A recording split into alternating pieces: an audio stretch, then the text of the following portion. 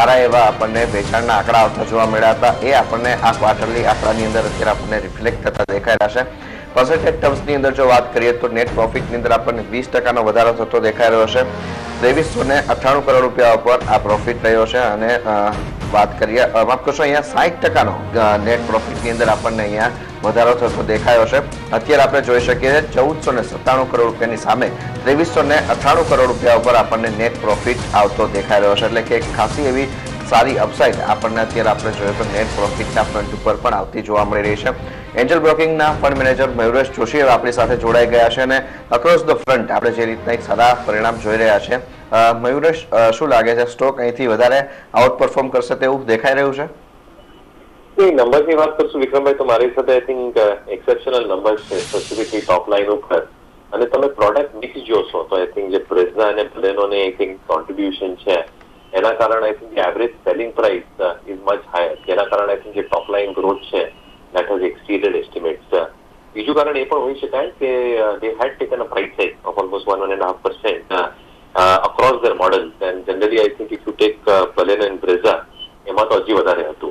તો ક્યાં ના ક્યાં I think the top line growth has exceeded expectation. Bottom line માં I think the other income no component છે એ almost double થઈ ગયું છે year on year basis ઉપર. So I think if you adjust the other income factor, if one considers that to be an exceptional item, મારા હિસાબથી I think bottom line what analysts were expecting around 1850-1900 crore, that is more or less in line.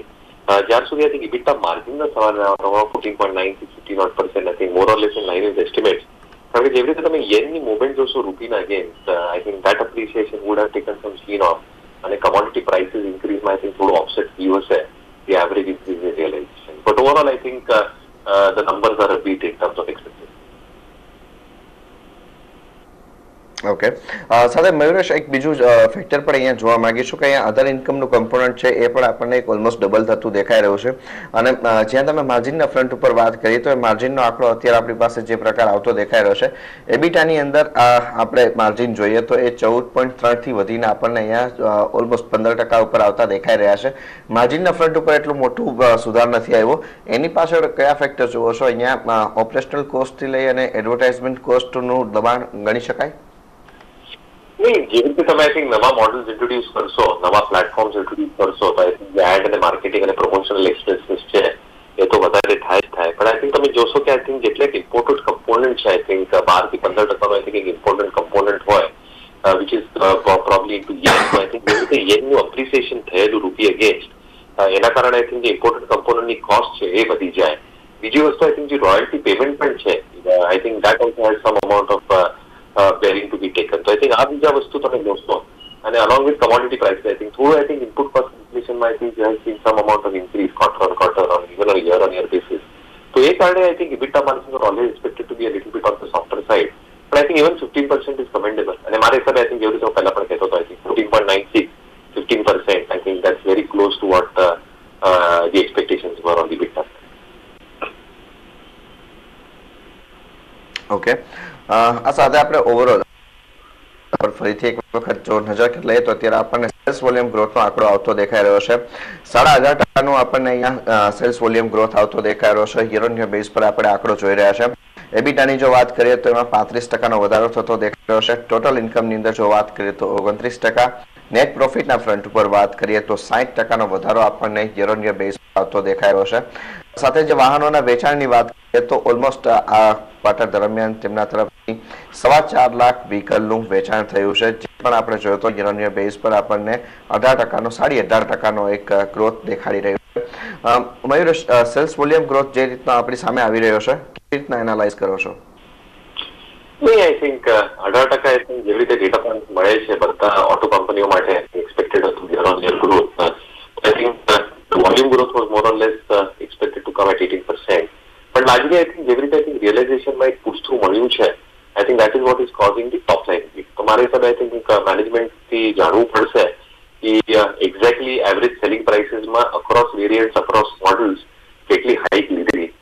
પણ largely I think expectation એ હતું કે જે higher selling models છે like a Brezza or even a Baleno, ત્યાં I think the price hike would have ensured કે જે top line beat છે that has come through because of that. સાથે અત્યારે હવે મેનેજમેન્ટ તરફથી આપણે કમેન્ટ્રી ચાલુ થતા જોઈએ એ પહેલા કરન્સીના ફ્રન્ટ ઉપરથી આપણને જે ફોરેક્સ બાજુની જે એડવર્સ ઇફેક્ટ હતી એ આ વખતે આવતી ઘણી ઓછી જોવા મળી હશે. તેના પગલે આપણે જોઈએ તો પ્રોફિટ અને ખાસ કરીને અધર ઇન્કમના ફ્રન્ટ ઉપર આપણને એક મોટો સુધારો દેખાઈ રહ્યો છે. હાયર વોલ્યુમ જે છે એ પણ એક મેજર ફેક્ટર ગણી શકીએ કે જેના લઈને આપણને પ્રોફિટની અંદર એક મયુરેશ સપોર્ટ મળતો દેખાયો છે. આપનો મત શું બની રહ્યો છે? કરન્સીના ફ્રન્ટ ઉપર મેનેજમેન્ટની કમેન્ટ્રીમાં શું ધ્યાન રાખવાનું રહેશે? કયા એવા ફેક્ટર્સ રહેશે કે જે આપણે ખાસ એમાં વોચ આઉટ કરવાના રહેશે? લાસ્ટ 4 થી 6 ક્વાર્ટરમાં તમે જોશો તો I think the dependence on imported materials ઘણું બધું આઈ થિંક સિગ્નિફિકન્ટલી ઓછી થઈ ગયું છે. તો મારા હિસાબે I think imported material now stand anywhere between 10 to 15% excluding royalty. તો આઈ થિંક આ બે વસ્તુ માટે I think you might see some amount of headwinds, specifically yen keeps on appreciating against the rupee. But ત્યાં પણ આઈ think જેવી રીતે I think forex જે કંપની લેશે I think that will probably buffer that. બીજી વસ્તુ તમે એ પણ જાણી લો વિક્રમભાઈ કે આઈ થિંક જે બલેરોના એક્સપોર્ટ્સ થઈ રહ્યા છે I think export growth has been quite humongous. તો એના કારણે I think it offsets to a certain extent a kind of currency risk, specifically in terms of payments being received in yen and receivables being received in yen as well. તો મારા હિસાબે I think એક ઓફસેટિંગ effect છે. And I think Maruti is making every effort probably to localize a huge portion of the imported components. So Mara hisabe I think moving forward I think these two factors must be understood from management, and as they indicate a positive side I think the currency ઉપર headwind મળશે એ ઘણી બધી I think ઓછી થઈ જશે going forward. સાથે અહીંયા એક બીજું ફેક્ટર પણ જોવા માંગીશું. મારુતિના આંકડાઓની અંદર આપણને ઓવરઓલ જે એક સુધાર આપણને દેખાઈ રહ્યો છે એમાં અધર ઇન્કમનો પણ જે એક ડબલ થઈ છે એનો એક ઇમ્પેક્ટ આપણને ઓવરઓલ નફાના ફ્રન્ટ ઉપર આવતું દેખાઈ રહ્યું છે. પરંતુ તેમ છતાં આપણે જે રીતના અહીંયા સેલ્સ વોલ્યુમ ગ્રોથ જોઈ રહ્યા છે, વ્હીકલ વેચાણનું જે સુધાર જોઈ રહ્યા છે એ આપણને ખાસું એક સપોર્ટિવ બનતું દેખાઈ રહ્યું છે. મયુરેશ, ખાસ કરીને અહીંયા આપણે જોઈએ તો આ વખતની મેનેજમેન્ટ કમેન્ટ્રીમાં એ ખાસ જોવાનું રહેશે કે અહીંયા જે પ્રીમિયમ કાર સેગમેન્ટ નેક્સાનું જે આખું બનાવ્યું છે તેમના તરફથી શું બેનિફિટ થતો દેખાયો છે? કારણ કે ઓવરઓલ જે વેચાણ આપણને વધતું દેખાઈ રહ્યું છે અને આપણે પાછલા ક્વાર્ટરની અંદર પણ જોયું હતું કે જ્યાં આપણને મેજર કોન્ટ્રીબ્યુશન બ્રેઝા અને બલેનો અને સિયાઝ તરફથી આવતું દેખાયું હતું. આ વખતે પણ શું આ 2-3 મોડલ જ એવા છે કે જેના બેઝ ઉપર આખું આપણે મારુતિને ડ્રીવન થતા જોઈ રહ્યા છે? આપનો અહીંયા શું મત બનશે? Definitely yes, and I think volume growth has definitely been better. Baleno, Brezza, Ciaz, આ ત્રણો variants માટે. અને લાજમી તમે જોશો કે I think that entire strategy of the management going forward is કે જેવી રીતે નેક્સા શોરૂમ એક્સક્લુઝિવ શોરૂમ્સ છે I think that is probably trying to open a few more in the coming few quarters. જેના કારણે આઈ થિંક જે push through છે of their premium products I think that will go through, and the response has also been good કારણ કે products જેવી રીતે I think છે generally in terms of both operating performance as well as looks. I think બે factors I think બહુ importance રાખે in terms of a consumer preference. So I think they are able to manage that successfully.